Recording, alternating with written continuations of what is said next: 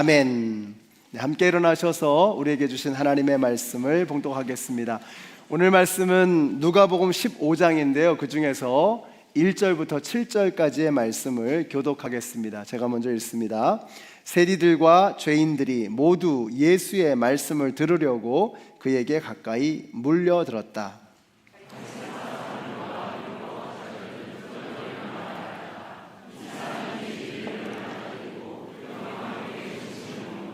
그래서 예수께서는 그들에게 이 비유를 말씀하셨다.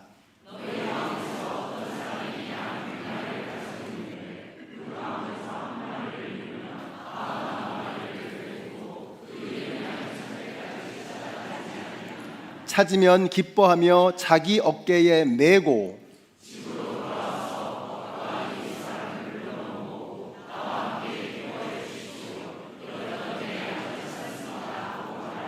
함께 읽습니다. 내가 너희에게 말한다. 이와 같이 하늘에서는 회개할 필요가 없는 의인 99보다 회개하는 죄인 한 사람을 두고 더 기뻐할 것이다. 아멘. 우리 옆에 분들에게 인사하실 텐데 이렇게 인사해 주세요. 당신의 능력이 아니라 하나님의 은혜입니다. 말씀해 주세요. 당신의 능력이 아니라 하나님의 은혜입니다. 네, 하나님의 은혜입니다. 자, 마치 다윗이 아둘람 굴에 피해 있었을 때 환난 당한 자, 원통한 자, 빚진 자 400명이 몰려들었던 것처럼 예수님의 주위에는 세리와 창기와 병자들과 온갖 비루한 자들이 다 모여들었습니다. 이유가 있습니다. 우리 예수님의 말씀이죠. 건강한 자에게는 의원이 쓸데없고 병든 자에게라야 쓸데있느니라. 내가 의인을 위해서 온 것이 아니라 죄인을 위해서 왔노라 말씀하셨습니다. 예수님은 그 한 사람 한 사람, 죄인들을, 병자들을 보물처럼 귀하게 여겨주셨던 것입니다. 세상에서는 멸시받고 천대받았지만, 사람 취급받지 못했지만 예수님은 그들을 보물처럼 소중하게 여겨주셨기 때문입니다. 유대 종교 지도자들은 예수님의 이런 파격적인 처신이 마뜩치 않았습니다. 그래서 같이 한번 읽어보실까요? 시작. 바리새파 사람들과 율법학자들은 투덜거리며 말하였다. 이 사람이 죄인들을 맞아들이고 그들과 함께 음식을 먹는구나. 우리가 아무하고나 식탁에 마주 앉지는 않죠. 불편한 사람하고 밥 먹으면 체하죠. 그래서 음식을 함께 먹는다는 것은 친구로 여긴다는 것이고 귀하게 생각한다는 뜻입니다. 자, 그래서 세상에서 버림받았던 저들 한 사람 한 사람을 예수님은 정말 천하보다도 소중하게 여겨주셨던 것입니다. 그러면서 교만한 저 유대 종교 지도자들에게 들려주셨던 말씀, 그 말씀이 바로 누가복음 15장의 말씀입니다. 여기에는 세 가지의 비유가 나옵니다. 잃어버린 양의 비유, 잃어버린 동전의 비유, 잃어버린 아들의 비유입니다. 그런데 공통점은 잃어버린 것을 찾았다는 것이죠. 좀 더 깊이 더 들어가 보면 이런 것입니다. 잃어버린 한 마리 양을 포기하지 않는 목자의 마음, 잃어버린 동전 하나를 찾으려고 온 집안을 뒤집어 놓은 여인의 마음, 그리고 집 나간 자식을 하염없이 기다리는 아버지의 마음. 자, 이 목자와 여인과 아버지의 공통점이 무엇일까요? 참 답답한 양반들이다, 이런 생각이 드는 거예요. 이분들을 보면 합리적이지도 않고 경제적이지도 않고 이성적인 판단에도 부합하지 않는 참 이해할 수 없는 이상한 분들이라는 것을 느낄 수가 있습니다. 이들이 잃어버린 것을 찾은 후에는 얼마나 기쁘던지 동네 사람들을 불러놓고 잔치를 하는 거예요. 한번 생각해 보세요. 아니, 겨우 양 한 마리를 찾아와서 동네 잔치를 하면 남는 게 뭐겠습니까?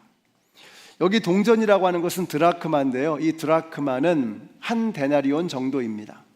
그러니까 이 말은 하루어치의 품삯 정도가 되는 거예요. 근데 이 여인이 하루 종일 이 동전 하나를 찾은 겁니다. 아니 어쩌면 며칠을 찾았을 수도 있어요. 자, 그리고 이 동전을 찾은 다음에 어떻게 해요? 동네 사람들을 불러놓고 또 잔치를 하는 거예요. 그러면 손해죠.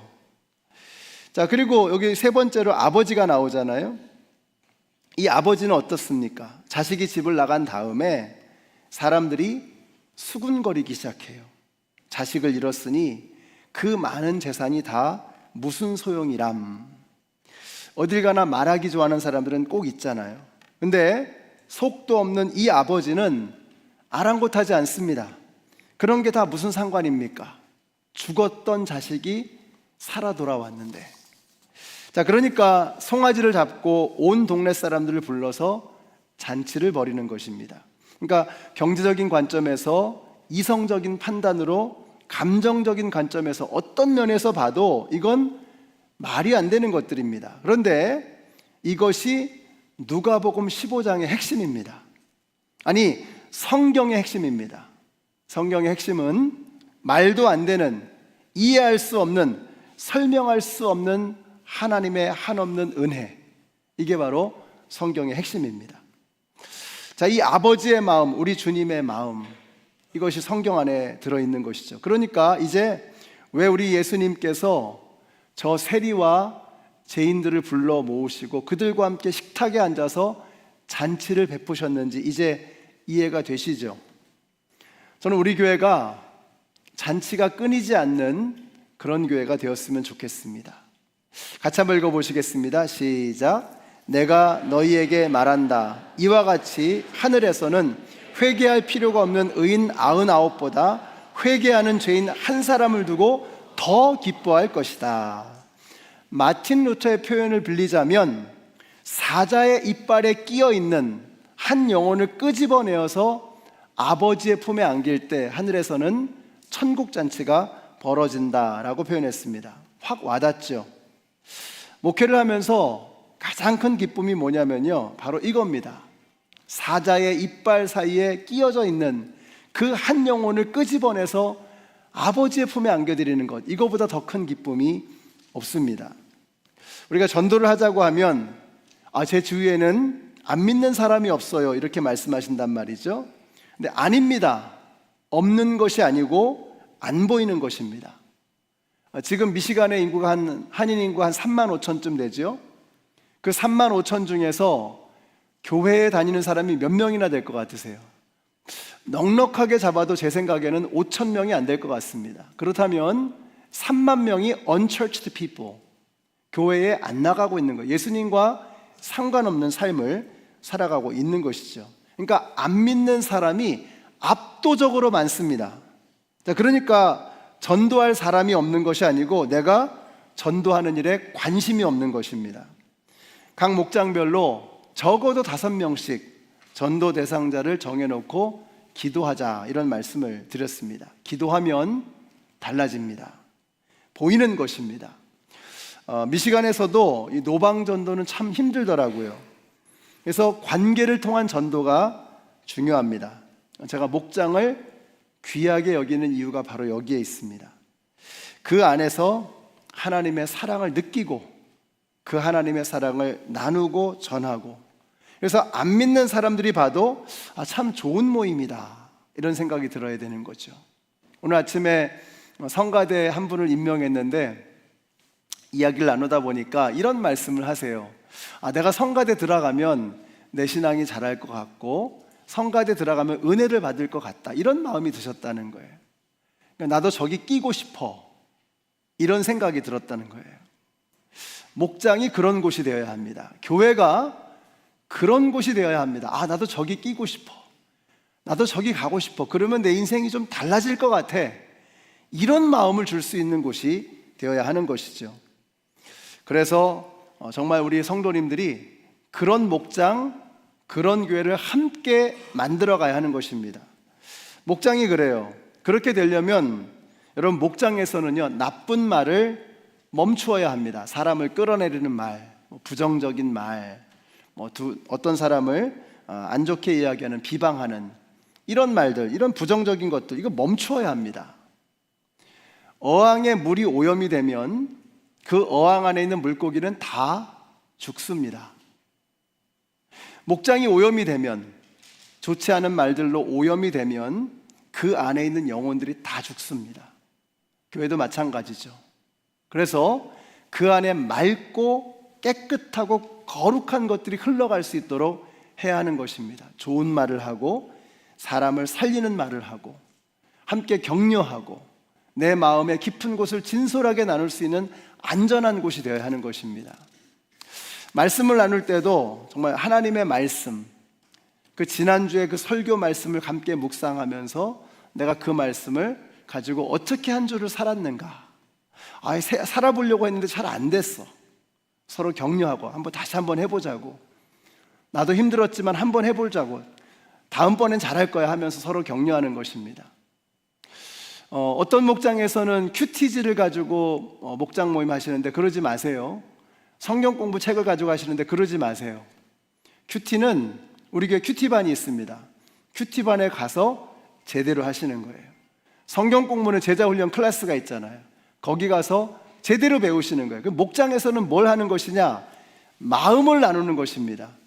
가슴을 나누는 거예요. 삶을 나누는 것입니다. 서로 감사하고 격려하고 사랑을 나누고 은혜를 나누고, 지난 주간 우리에게 주셨던 이 공동체에 주신 그 하나님의 말씀을 함께 묵상하고 그것을 삶에 적용하고 실천해보고, 이것이 목장 모임인 것입니다. 그래야 여러분이 살고, 그래야 사자의 이빨 사이에 끼어있는 한 영혼을 구해낼 수 있는 그런 목장, 그런 교회가 될 수 있는 것입니다.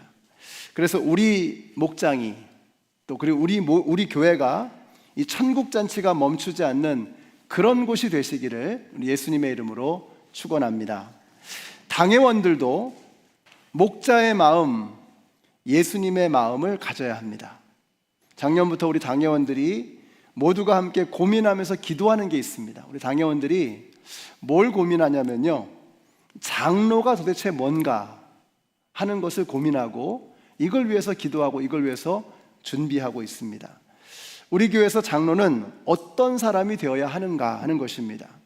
장로는 단순히 위원회의 일을 열심히 하는 위원장이 아닙니다. 그러면 장로는 어떤 사람인가?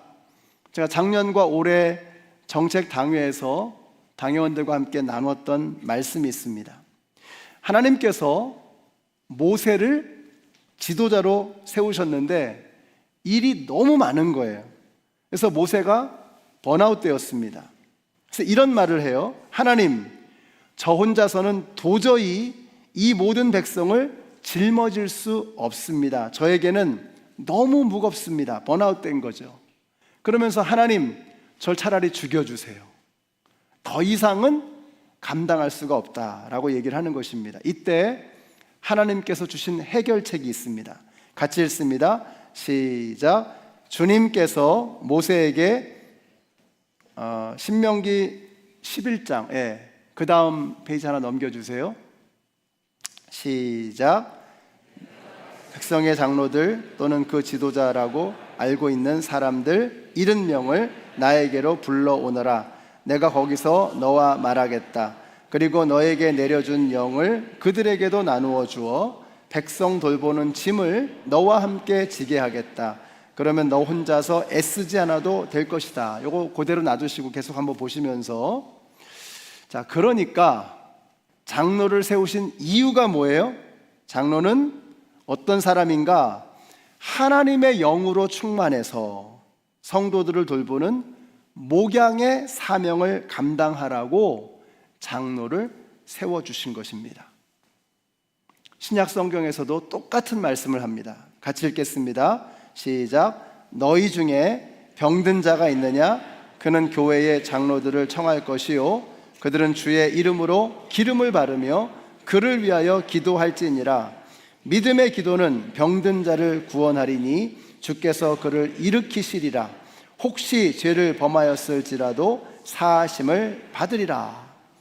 여러분, 교회는 병원입니다. 우리가 이렇게 멀쩡해 보여도 우리는 다 어디 한 구석 아픈 곳이 있습니다. 몸이 아픈 사람도 있고, 마음이 병들어 있는 분도 있고, 영혼이 멍들어 있는 분도 계십니다. 우리가 다 아픈 병자들입니다.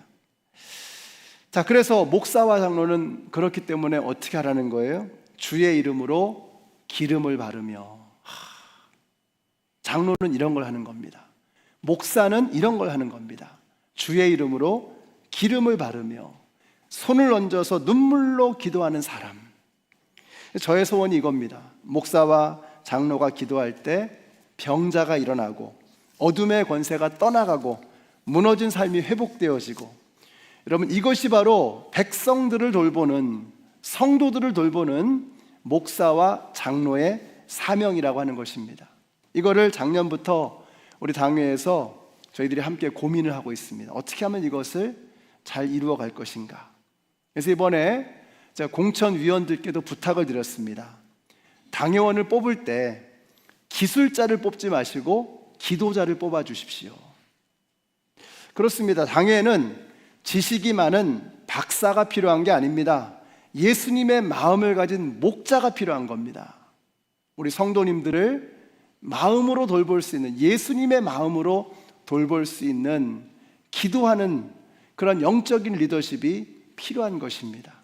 지금 우리 당회원으로 섬기고 있는 우리 목회자들과 장로님들은 그런 사람이 되어지기 위해서 몸부림치며 기도해야 할 것이고, 앞으로 당회에 한 분 한 분 들어오실 텐데 그분들이, 이런 분들이 들어와야 하는 거예요. 그럴 때 우리 교회가 어떻게 될 것인가, 저는 정말 기대가 됩니다. 이렇게 영적인 리더, 이 교회를 이끌어가는 영적인 리더십이 예수님의 마음, 목자의 마음을 가진 사람들이 당회를 채워서 당회가 우리 교회를 이끌어가게 될 때에 정말 기대가 되는 거예요. 지금까지도 우리 교회는 이렇게 좋은 교회인데 이런 영적인 리더십이 세워지면 정말 얼마나 멋진 교회가 될 것인가. 앞으로 창립 60주년, 70주년, 100주년을 우리가 준비해야 되잖아요. 한번 상상해 보세요. 우리 교회 영적인 리더들이 이런 사람이에요. 예수님의 이름으로 기름을 바르고 머리에 기름을 발라서 기도하고, 그들이 기도할 때 병든 자들이 고침을 받고 마음 상한 자, 무너진 자들이 일어서는 놀라운 역사가 일어나는 이런 영적인 리더십을 발휘하면 우리 교회가 얼마나 따뜻해지겠어요? 우리 교회가 얼마나 뜨거워지겠어요? 우리 교회를 통해서 얼마나 많은 영혼들이 주님 앞으로 돌아오겠습니까? 사자의 이빨에서 끼어있는 그 영혼들을 끄집어내어서 예수님에게로 인도할 수 있는 그런 교회가 반드시 되어질 줄로 믿습니다. 누가복음 15장에 나오는 모든 분들이 보면 다 이해가 안 되는 분들이에요. 그런데 생각해 보면 이해 안 되는 게 당연합니다. 왜냐하면 이건 이해의 문제가 아니고요, 실존의 문제이기 때문입니다. 뭐 실존하니까 어려운 말도 아니에요. 무슨 말이냐면요, 내가 어디에 서 있는지를 깨달으면 이 말씀이 확 와닿는 거예요. 자, 이 말씀을 읽으면서도 왜 이렇게 그냥 우리가 특별히 와닿는 것이 없느냐? 내가 어디에 서 있는지를 잘 모르기 때문에 그런 거예요. 이 실존의 문제. 여러분 보세요. 오늘 말씀에서 여러분은 어디에 있습니까? 우리는 길을 잃고 헤매다가 구덩이에 빠져 있는 잃어버린 어린 양이라는 것입니다. 이게 깨달아지면 오늘 말씀은 완전히 다른 말씀이 됩니다. 상상해 보세요. 해가 떨어지고 맹수들의 울음소리가 들리기 시작합니다. 그 구덩이 안에서 잃어버린 어린 양은 죽어가고 있는 거예요. 그런데 목자가 나타났습니다. 목자를 보니까 가시에 온몸이 긁혀서 피투성이가 되어 있고, 물도 마실 수 없고 땀은 흘릴 대로 흘려서 탈진이 되어 있는 상태. 그런 모습으로 피 흘리고 물과 피를 다 쏟고 온몸이 찢겨진 그런 모습으로 구덩이에 찾아와서 어린 양을 끄집어내는 거예요. 여러분, 이것이 바로 오늘 우리에게 보여주고 싶은 그림인 것입니다. 자, 그리고는 목자가 그 양을 구덩이에서 끄집어낸 다음에 어떻게 해요? 같이 읽습니다. 시작. 찾으면 기뻐하며 자기 어깨에 메고 집으로 돌아와서. 제가 이 말씀 묵상하는데 한 단어에 꽂혔어요. 이 단어가 저를 터치하는데 얼마나 감사한지. 어떤 단어냐면요, 메고라는 이 단어, 메고. 왜 메고 돌아왔을까요? 이 못된 양의 버릇을 고쳐 놓으리라 하면서 회초리를 맞으면서 온 게 아니죠. 화가 나서 분풀이 하면서 씩씩대면서 질질 끌고 온 게 아닙니다. 목자는 양을 어떻게 해요? 메고 온 거예요. 왜요? 양이 더 이상 걸을 수 없었기 때문입니다. 지쳐있는 이 양, 한 걸음도 뗄 수 없는 이 무기력해진 이 양을 위해서 목자는 온몸이 찢기고 물과 피를 다 쏟고 그리고 이 양에게 다가왔던 것입니다. 사랑하는 성도 여러분, 오늘 우리가 여기 나와 있는 것은 선한 목자 되신 예수님께서 하늘 보좌를 버리시고 온몸이 찢기어 물과 피를 다 쏟으시고 우리를 찾아오신 것입니다. 그 주님께서 우리를 찾아내셨고 우리를 둘러매고 이곳으로 데리고 오신 것입니다. 그래서 우리가 여기 있는 거예요. 그냥 아무것도 아닌 채 그냥 우연히 여기 있는 게 아니라는 거예요. 예수님이 여러분에게, 선한 목자 되시는 예수님께서 여러분에게 찾아간 것입니다. 하늘 보좌를 버리고 온몸이 찢겨진 채, 그리고 우리를 둘러매고 이 자리에 오신 것입니다. 한번 그림을 볼까요? 이 그림을 보면 달력에 있음직한 그림인데 너무 목가적이고 아름답잖아요.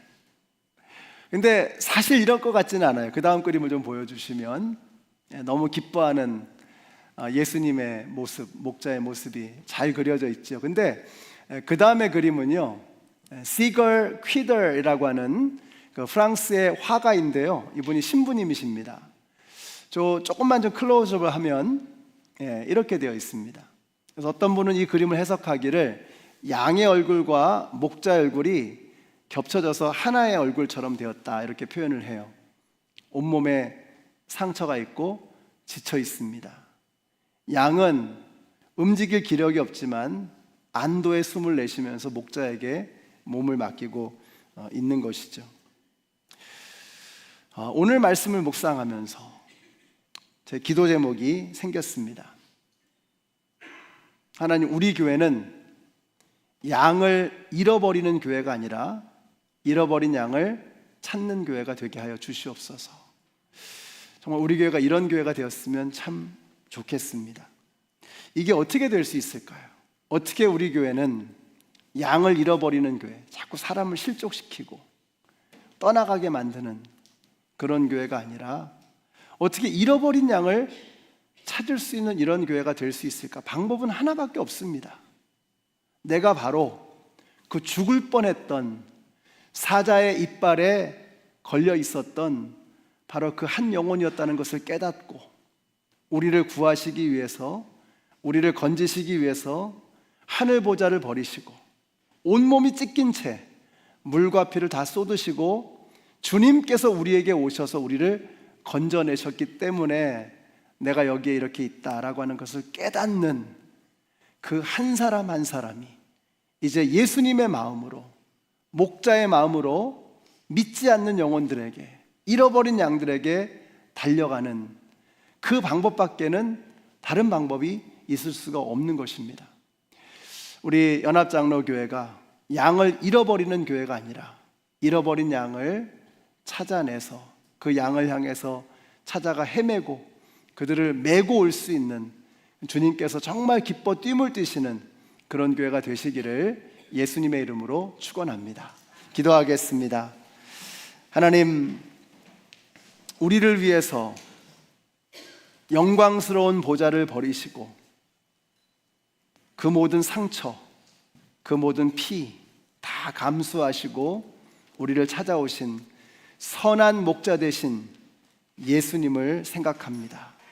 예수님 때문에, 예수님의 은혜 때문에 우리가 이 자리에 있는 줄로 믿습니다. 이 은혜를 잊지 않고 지금도 예수님 알지 못하며 신음하며 죽어가는 많은 잃어버린 양들에게 다가가는 우리 모두가 되게 하여 주시옵소서. 예수님의 이름으로 기도드렸습니다. 아멘. 함께 일어나셔서 찬양하시